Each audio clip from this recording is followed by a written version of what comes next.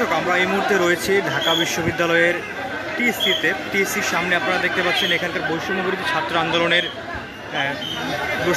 ছাত্র আন্দোলনের উদ্যোগে গণত্রাণ সংগ্রহ কর্মসূচির যে প্রোগ্রামটি, যে কার্যক্রমটি চলমান রয়েছে, সেটির আজকে টানা তৃতীয় দিন চলছে। এবং আপনারা দেখতে পাচ্ছেন এখানে মানুষের উপচে পড়া ভিড়, সাহায্য করতে ত্রাণ দিতে আসা মানুষের উপচে পড়া ভিড় এখানে লক্ষ্য করা যাচ্ছে। দর্শক, আপনাদেরকে আমরা দেখানোর চেষ্টা করি।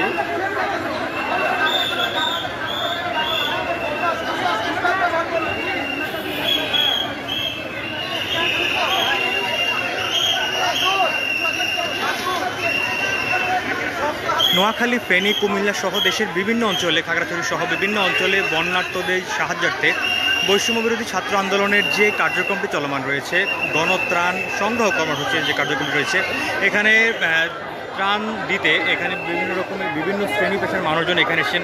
শিশু থেকে বৃদ্ধ সকল শ্রেণীর মানুষ কিন্তু দর্শক এখানে আসছেন। আপনারা দেখতেই পাচ্ছেন এখানে মানুষের উপচে পড়া ভিড়।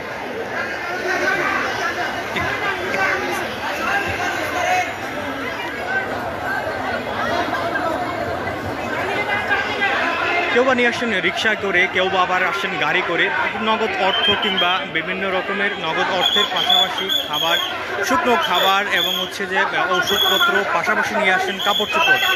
অর্থাৎ আমরা সকালে কথা বলে যেমনটি বৈষম্যবিরোধী ছাত্র আন্দোলনের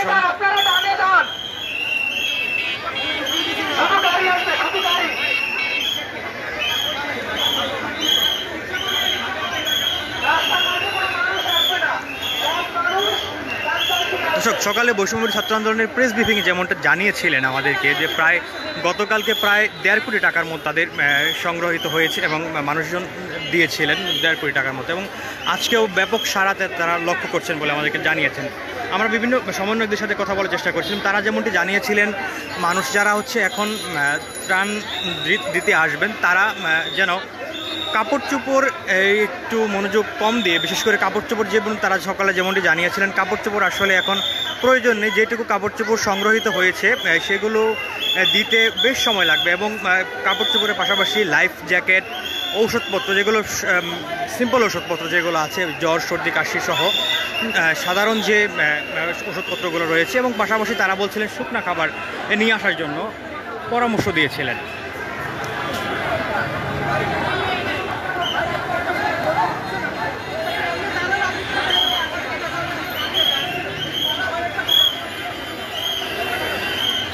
দর্শক, ব্যক্তিগত গাড়ি কিংবা ভ্যান, কেউ আবার ছোট ট্রাকে করে ত্রাণ নিয়ে আসছেন। বুথে থাকা যারা রয়েছেন তারা দাতাদের নাম লিখে এবং পণ্যের বিবরণ সহ তারা এটি সংগ্রহ করছিলেন।